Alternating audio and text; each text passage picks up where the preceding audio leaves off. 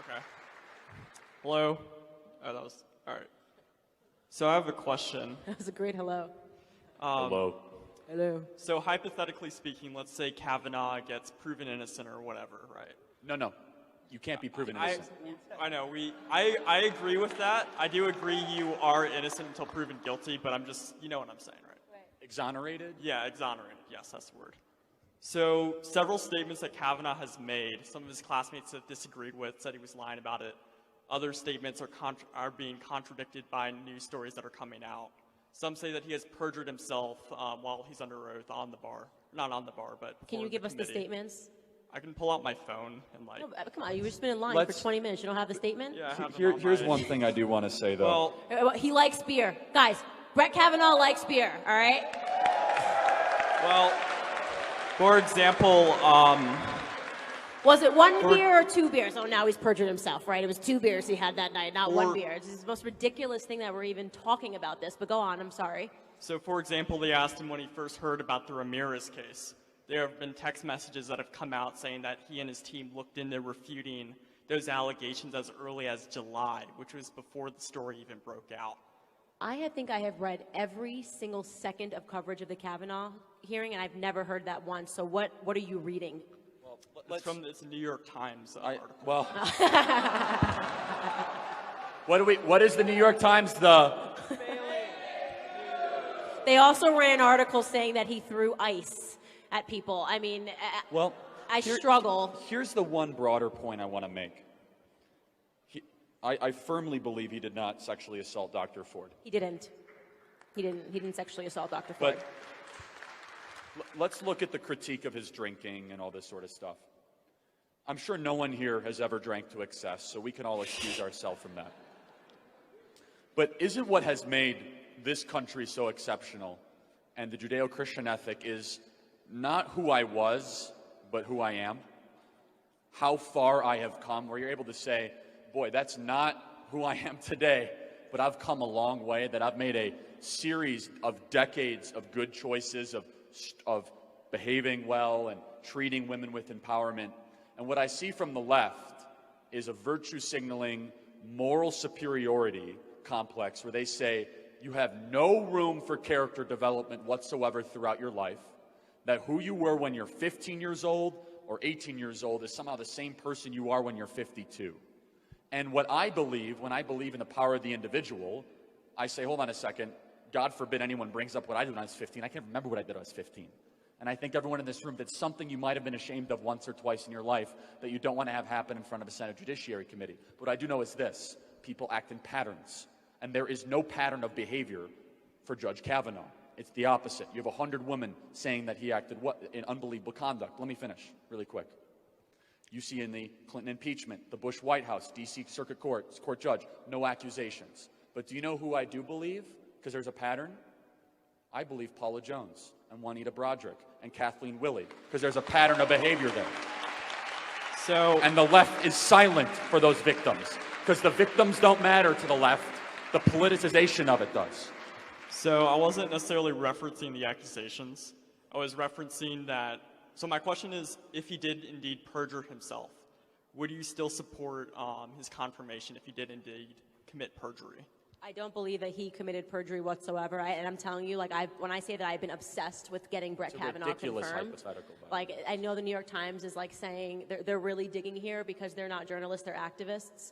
And they're trying to help make sure he's not confirmed. But if he lied on the stand, and we're not talking about something as ridiculous as whether it was 1 beer or 2, then if he willingly and openly lied about something that was serious, of course I would say that he has an issue.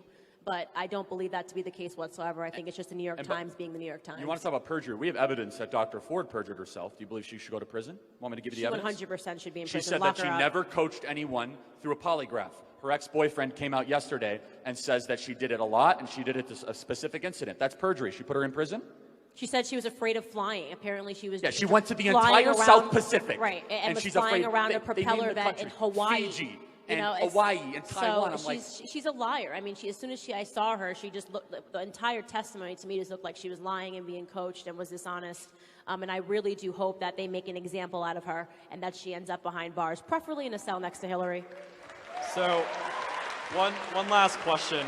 Am I done? Or one last question? You got one more question. So, do you think he should be confirmed right now, or should we wait until now? Last week. Now, last week. Call the vote. I mean, that was it. Thank you. So it's me against 6 lefties, which makes it almost fair for them. So we're...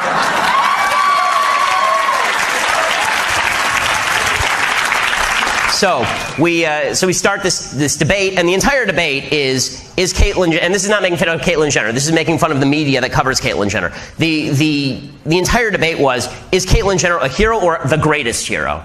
Is Caitlyn Jenner somebody who is as heroic as the people who stormed the beaches at Normandy, or is Caitlyn Jenner even more heroic than that? Right? Is it like paratrooper heroism or Air Force heroism? Like this is the argument, and so they go through this whole thing, and it's just a question of how heroic is Caitlyn Jenner. And finally, they come to me, and I say, I don't understand what's her. They say, do you think Caitlyn Jenner deserves this award? And I said, well, for what?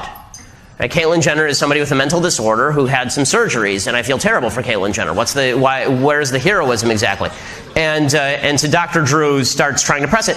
So the person sitting next to me, I neglected to mention this, is a fellow named Zoe Tur. And Zoe is a transgender woman. So Zoe used to be Bob Tur, was the helicopter pilot actually during the O.J. Simpson chase. That's how Bob Tur made his name, and now he's Zoe Tur. So Zoe's sitting next to me and getting very uptight with me saying these things about genetics and science.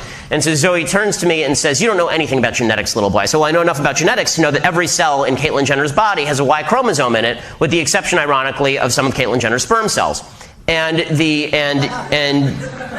Zoe just keeps saying, yeah, you don't know anything about genetics, little boy. And so finally I turned to Zoe and I said, well, what are your genetics, sir? And it was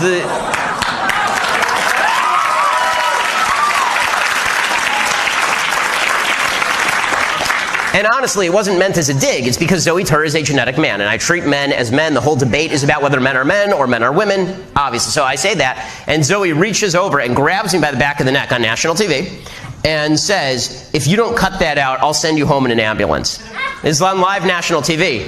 And honest to God, my first thought was that doesn't even make any sense. You don't go home in an ambulance.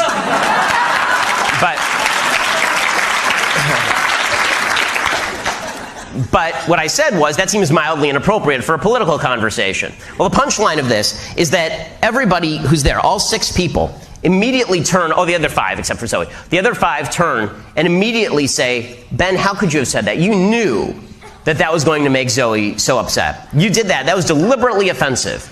How could you have been offensive to the pronouns, as one woman put it? And that's when I said, facts don't care about your feelings. But the fact is...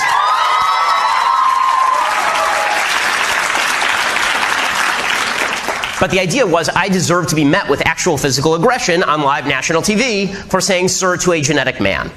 And by the way, the aggression didn't stop after that. As Zoe went hulking off the set, Zoe turns to me and says to me and growls at me in a voice an octave lower than my own, "I'll see you in the parking lot." And security had to escort me out to my car. Bizarre evening. And then later on Twitter, Zoe threatened to curb stomp me, all of which I thought was just deeply unladylike behavior.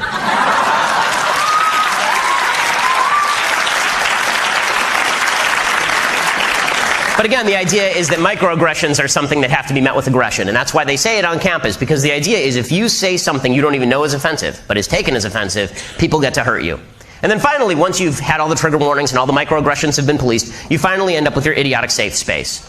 Right? The safe space where no one gets to talk, your own little bubble of happiness, which doesn't exist in the real world. Because you're going to graduate college, all these idiots are going to graduate college and infect our workplaces, and they're going to go there and expect that no one is ever going to say anything with which they disagree.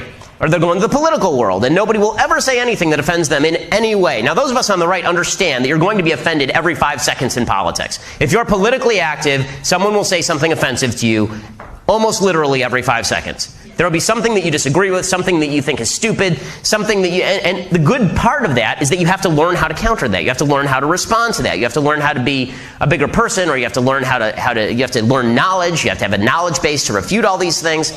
But if you're in a safe space, then it's sort of like the kids who were very wealthy during the 1930s, during the polio epidemic. It actually makes you more susceptible to polio, because if you never actually deal with germs, and then all of a sudden you hit all the germs at once, you get polio. And that's what it is for all these kids. These kids go to college campuses, they live in their safe spaces, and then when they leave, they are not equipped in any way to deal with actual real conversation. And so their solution is a bigger government that can still continue to promote this kind of fake society that doesn't really exist. And this is making a generation of leftists who are just nuts.